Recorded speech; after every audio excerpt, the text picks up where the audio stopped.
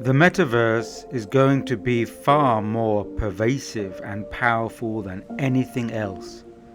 If one central company gains control of this, they will become more powerful than any government and be a god on earth.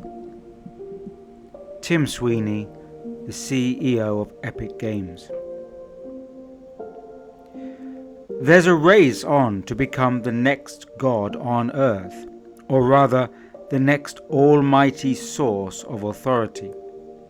At the same time, there is another race on to capture the attention, the dreams, the desires, the future life of the individual before they become a burden to the world and to themselves. It has been said that the masses, the everyday individual, now fears becoming irrelevant to the future.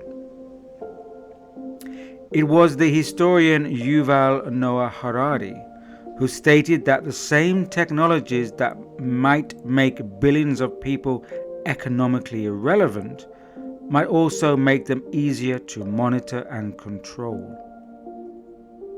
No one particularly likes Harari to be right, but he very well may be, as what he says represents the direction of the global elitists. As has been widely publicized, it is the elitist vision, as put forth by the World Economic Forum, that by 2030 people shall own nothing and be happy. Yet there is another loss of ownership involved here, the loss of self.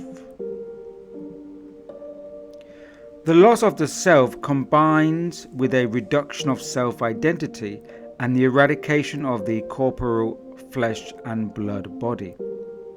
It is a form of disintegration that initially few people will realize because it will have been swiftly compensated by a clever substitution with a meta-life in the realm of extended reality.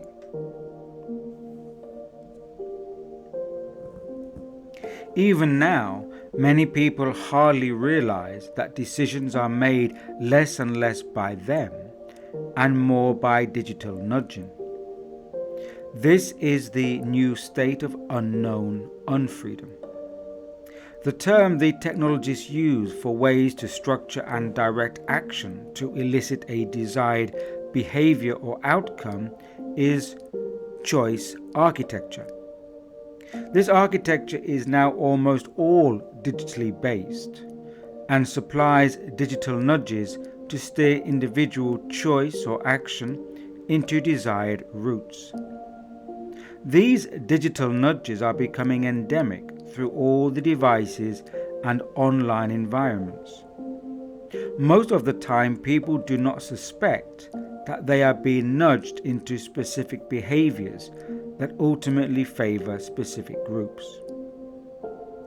As a chief data scientist at a leading Silicon Valley company stated, quote, "Conditioning at scale is essential to the new science of massively engineered human behavior. We want to figure out the construction of changing a person's behavior, and then we want to change how lots of people are making their day-to-day decisions." End quote. And if the offline-online environments merge together, how much more pervasive will these nudges be? This tech-enabled construction of human behavior, a form of digital electrical excitation, is creating an electronic bubble, a revised Faraday cage, around the human being. This is not the type of cage that protects, but rather one that prohibits. It will increase the inputs and stimulus from the information-programmed broadcast, the noise, whilst prohibiting incoming communication from the suprasensible metaphysical realm, the signal. The noise is already becoming too much for many people. Whereas most people used to agree that a consensus reality existed, Now many are not so sure anymore. Life has entered a huge wobble, and it's becoming so uncomfortable that people may be only too willing to accept the new narrative replacement, the metaverse. It's getting progressively difficult these days to know what society means anymore. Human belonging is morphing from natural affiliations and identities into the need for affirmation, a desperate angst against the loss of purpose, of meaning, of relevancy, of self. Postmodernity was critically defined as expressing the loss of grand narratives and their replacement with relative truths. The Great Set modernity is rewriting these grand narratives, as shown by the World Economic Forum's latest release in 2021, The Great Narrative. The emerging remodeled meta-narrative will be one spearheaded by the metaverse. The metaverse is set to become the new grand narrative that subsumes all others. Truths are less likely to be relative and more likely to be consensus dictates. The metaverse, if the tech elites have their way, will become the leading social technology of the future. Just what is the metaverse? The term metaverse was put into popular consciousness by Neil Stephenson's sci-fi novel Snow Crash, published in 1992.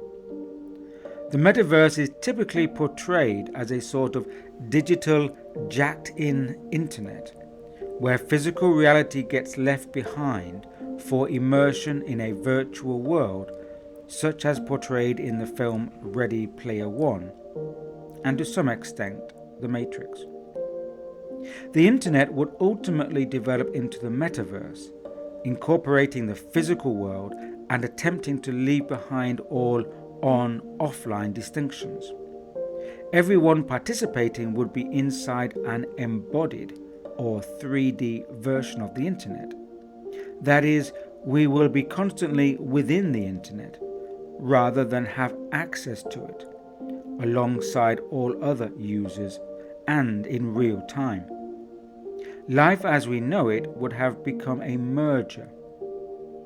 As one proponent describes it, quote, "The metaverse is a massively scaled and interoperable network of real-time rendered 3D virtual worlds which can be experienced synchronously and persistently by an effectively unlimited number of users within an individual sense of presence and with continuity of data such as identity, history, entitlements, objects, communications, and payments." End quote. What this technical interpretation states is that the metaverse is an embodied world that is experienced at the same time, synchronously, and continuously, persistently.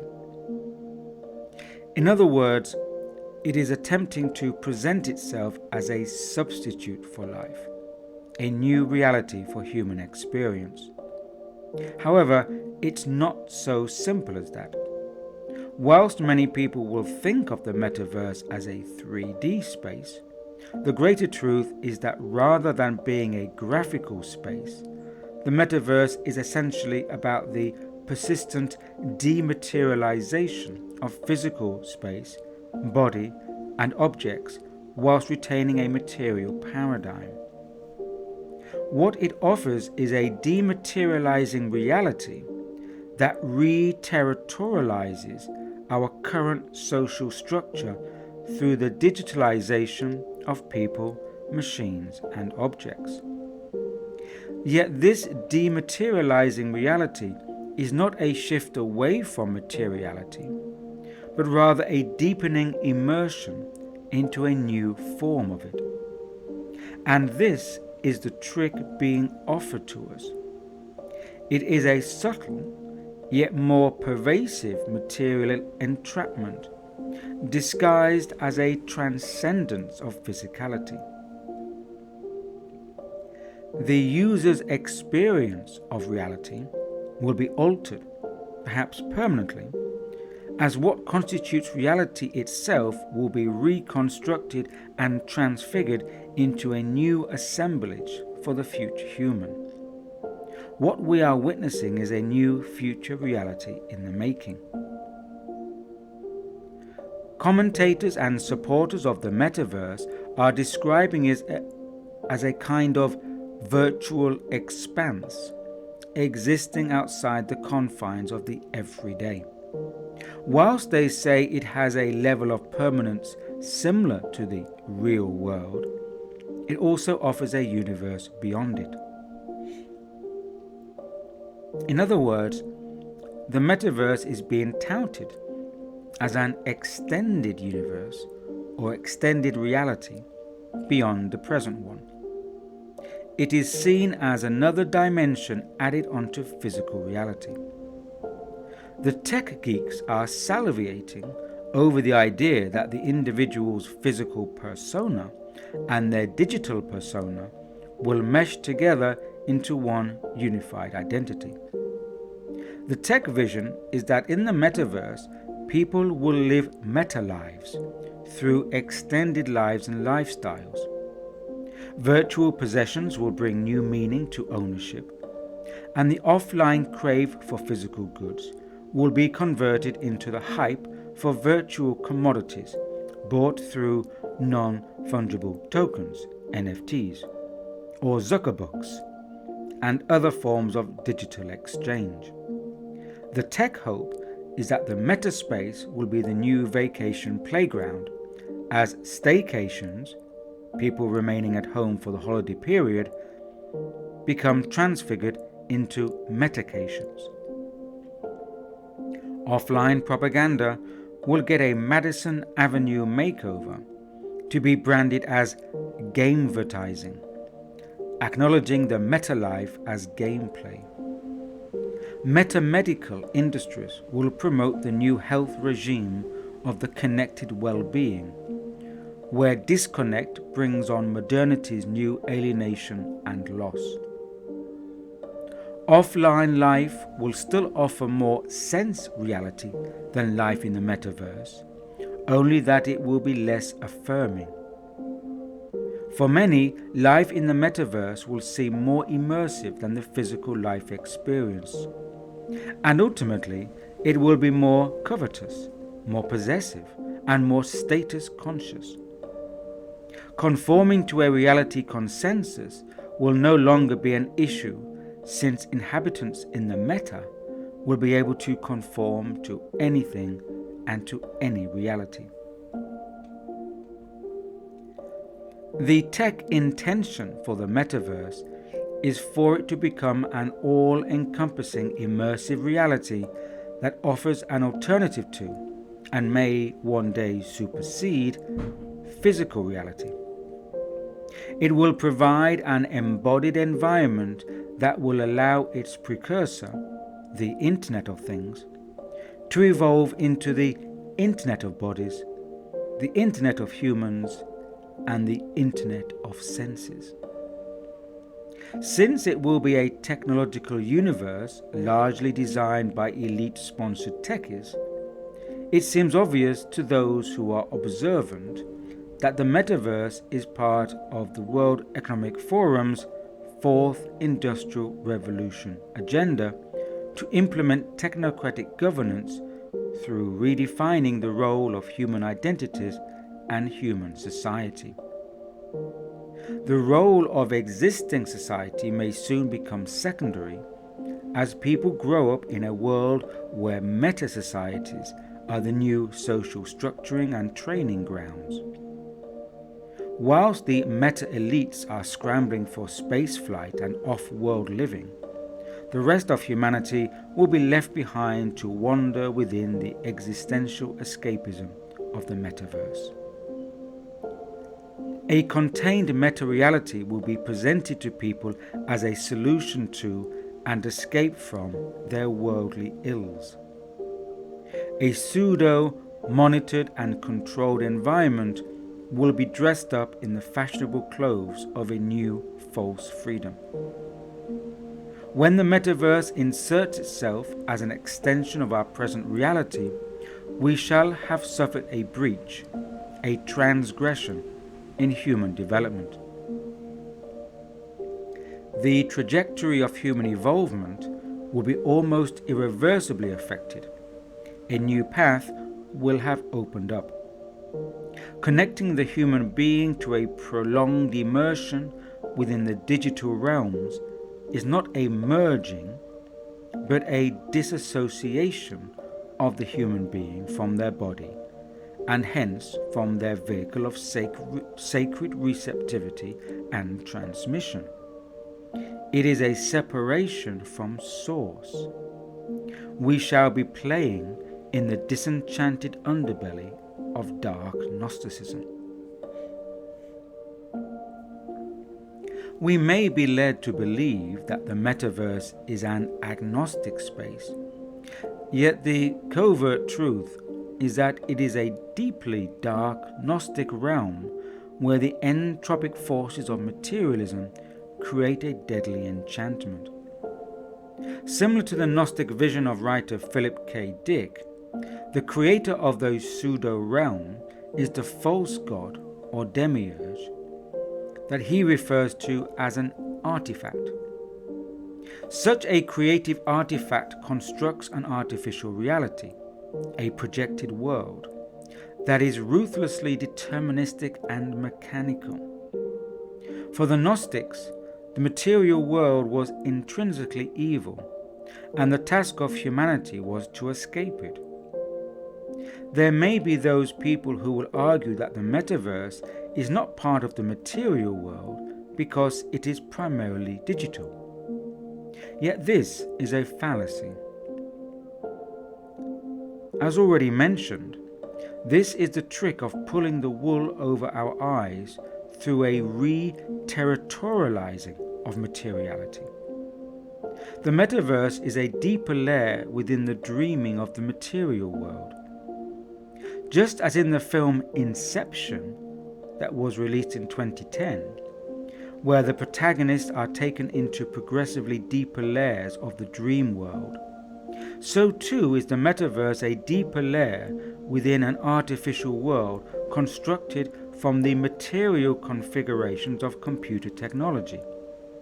And within the reality construct of the metaverse, it is likely to be difficult to discern the control agendas and techniques that are part of the demiurge, the artifact of error and falsity.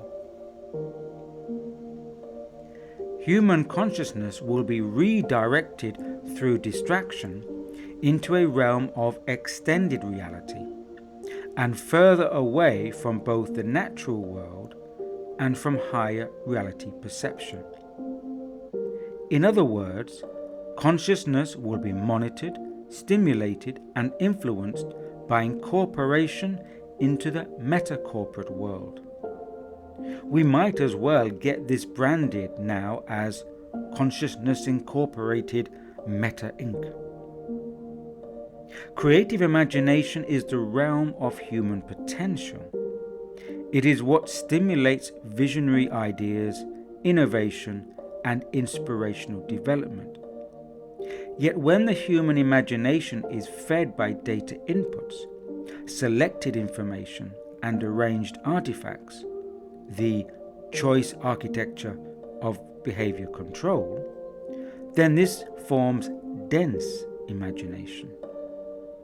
According to Rudolf Steiner, densified imaginations are not visionary in character because they have been made heavy by an earthly materiality. They are more likely to correspond to devolutionary, entropic influences, the spirits of materialism, which are dark powers that Steiner refers to as Ahrimanic forces.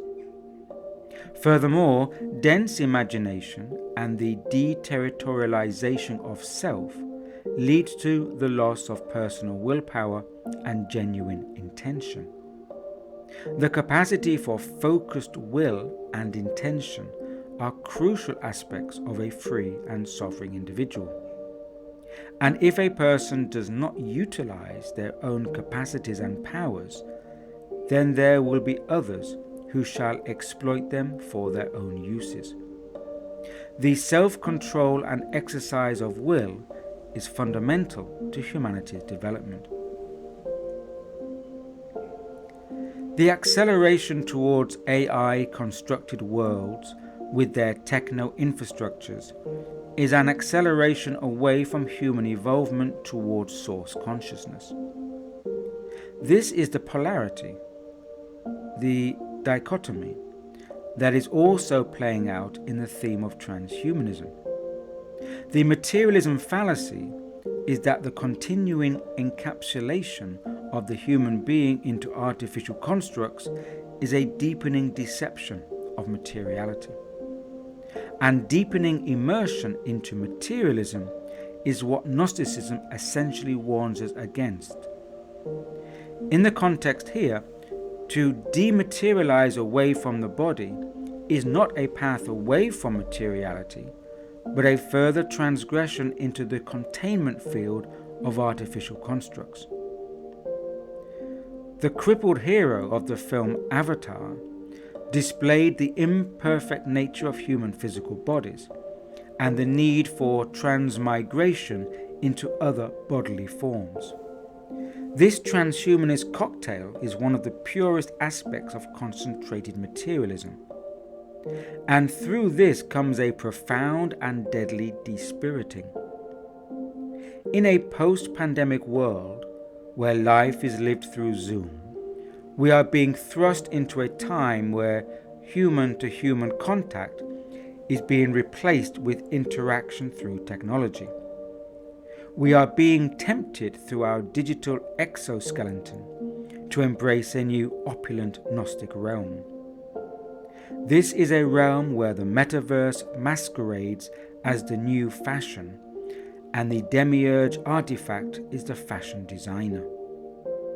Over time, a new godlike digital space could be formed where people become their own gods, dressed as lustrous, superpotent avatars, whilst their biological nervous system gets rewired to leave the human body behind. In this will be created the greatest tech elite dream of separation and alienation from any genuine transcendental impulses. In the extreme, humanity will have been delivered the final blow of disconnection from direct contact with the source of our being, with origin. And this is the nature of the counterfeit mirror world of the metaverse. And with the metaverse, we become entangled in a deadly enchantment. Our current crises in material life should not be used as a reason for the tech corporations to tempt us into dislocation from physical form, which is ultimately a deterritorialization and loss of self. Where there is such material conditioning and indoctrination, a mechanical element is introduced which drives out the factor of extra-dimensional reality perception. Natural human evolvement that aims to connect the higher functions of the mind with the higher reality will become dampened and greatly diminished, or even eliminated altogether. Any genuine future for the human being must surely be aligned with a developmental impulse that serves to maintain correspondence with the greater reality. And the metaverse, where we shall own nothing and be happy, will only increasingly distance people from it. Our future now will depend on these choices regarding which world we wish to populate.